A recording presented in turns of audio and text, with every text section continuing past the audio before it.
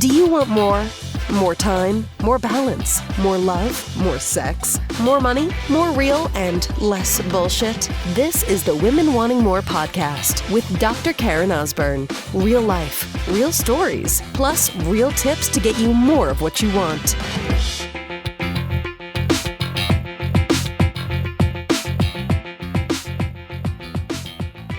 So, sister, I have had a challenging week. And if there's one thing that's been true for me over the past week, it's this, is that things are not as bad as we think. Now, it's easy to be in the heat of emotion when it comes to, well, I talked this on the previous podcast episode.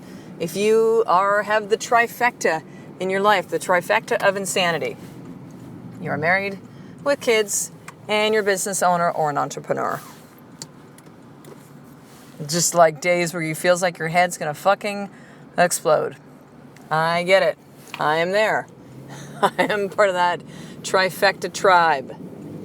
But what I've found this week, and especially lots of parenting challenges that have come up, is in the heat of the moment, things seem big, right? Like, you know, when you're in that primal part, that lizard brain, which is just like, I suck.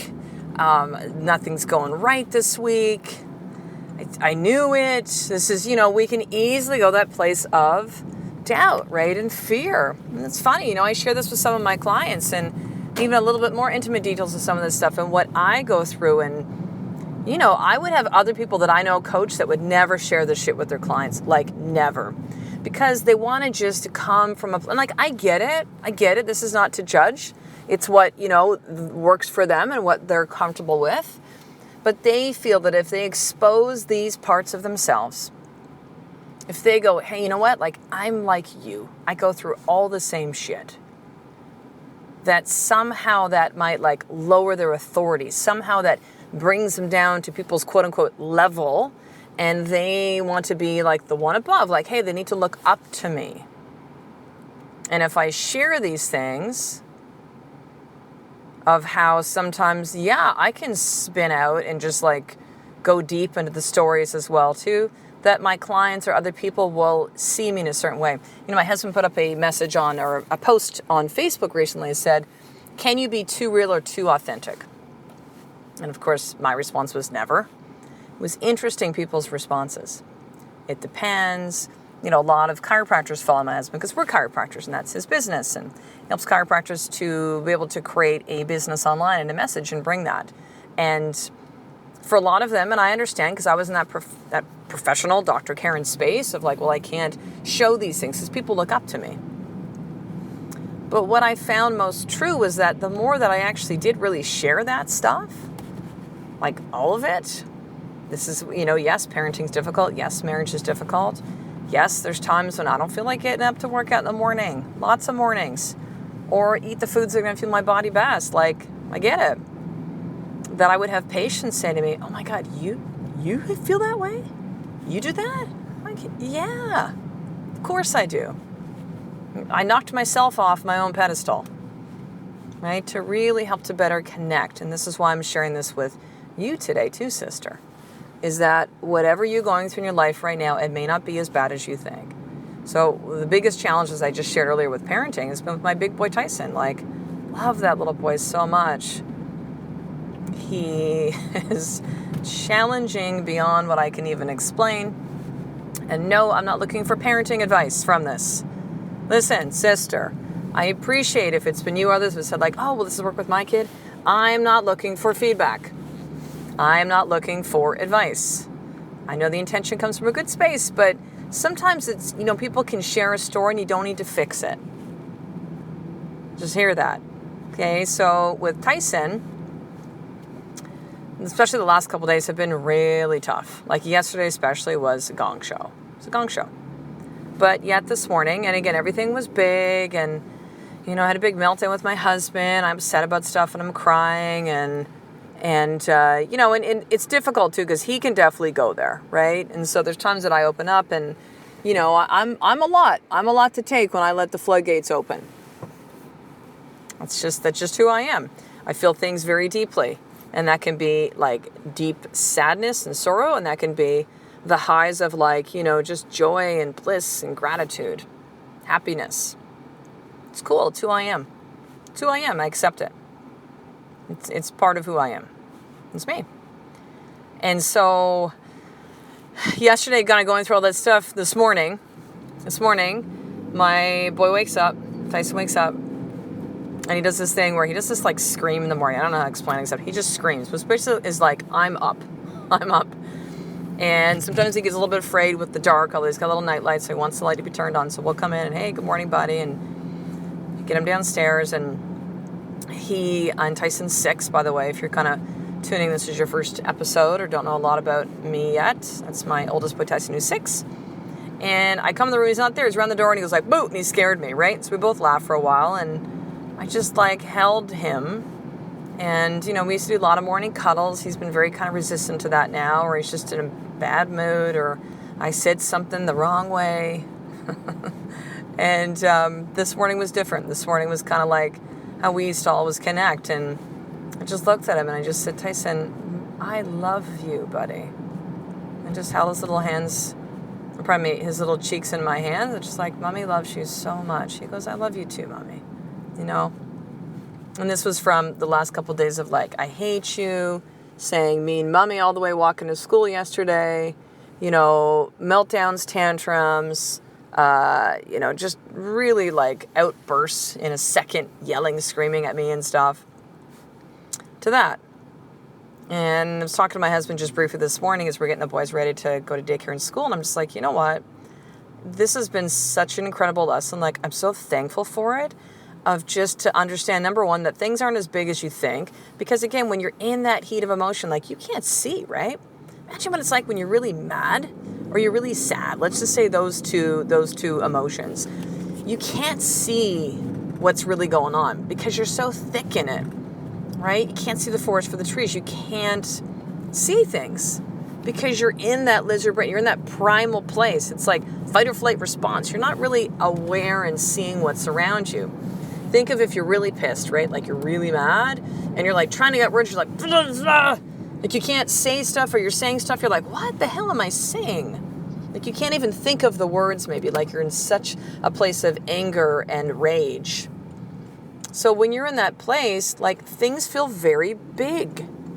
It seems like it's the end of the world, and it's 100 times more than what we think it is. You know how like if you have like a cold sore, or like you've burnt your tongue or something, and you can feel it, right? You can feel the canker sore inside your mouth with your tongue, and it feels like really big, right? There's like that's phenomenal. You look and you're like, oh my God, it feels like it's humongous, and you look inside and you're like, oh, it's just this little teeny thing. So it's the same thing. Our brain will go to that place of it just expands it. Like it amplifies it 100 times over. But yet, the biggest thing that has come for me this week when I've gone to that space is just, again, number one, it's not as bad as I think. And number two is just simply to trust. Trust the process sounds so cheesy. But to me, that's not a woo-woo thing. Like, that is a principle. That is a principle. Yesterday, our youngest little guy, Kai, was sick. And so we're like, okay, we got to shuffle stuff. It's difficult. We don't have family around. We don't have a nanny yet. We're definitely the conversation we're like, dude, if we had a nanny that was just like during the day, a live out, like this would not be an issue. It would be easy. Or we have a live-in nanny, and it would be a lot easier for these things. So we're looking into that for next year, and just trust in the process. Today, same thing too. I had to kind of like maybe move appointments if Kai was going to be sick, and so did everything just worked out. And it wasn't effortlessly. There was some work that got put into that, but just trusting the process, that things are not as big as we often make them out to be. And that everything is going to happen as it needs to happen. It's a surrender, isn't it? It's a surrender that just feels like you've lost control, but it's not losing control. It's just realizing that as much as you can create outcomes in your life, as much as you can get so clear on what you want and why it matters, things are going to roll out as they roll out. This is, again, outcomes versus expectations. I'm going to do a whole podcast on that, actually. right? Things are going to roll out as they need to. You most likely will get to the same place that you wanted to get to. It just might look different. It just might, have rolled a different way in a different direction or a different strategy in how to get to that same outcome. But simply letting go of that expectation, surrendering to the process that it will be what it is, with some clarity on what you want, not just kind of like, oh, whatever, we'll see what happens. No, like you were clear on what you want. But just when things seem huge and big, that they're not as bad as you think, and that things will work out, and just trust that. Trust that process. Dude, the universe wants you to win. The universe wants you to win. The more that we just grasp onto a story and a thought, and oh my God, it's got to be this way, the less that it can actually point you in that direction. So here's your more tip for today. Take a look at something in your life right now, again, that you've just made like really big, like you've expanded that 100 times. Maybe it's not as bad as you think. Once you spend 10 minutes journaling it, 10 minutes. Now here's kind of a bonus part to that. Go get the book called Loving What Is by Byron Katie. Even better, download the audio from like Audible, one of the other ones out there. It is life-changing, sister. For you to be able to run the work on your thoughts, to see reality for what it is, through what she calls the work or inquiry, asking for questions, really seeing what she calls the turnaround, seeing it in a different light, like it will shift the way that you see the world. It will shift. So, number 1 was that I mentioned. Part 2 can be you go get the book Loving What Is, or again, even better, like get the audio, because you get to hear it in Byron Katie's voice. She is just such an incredible human being.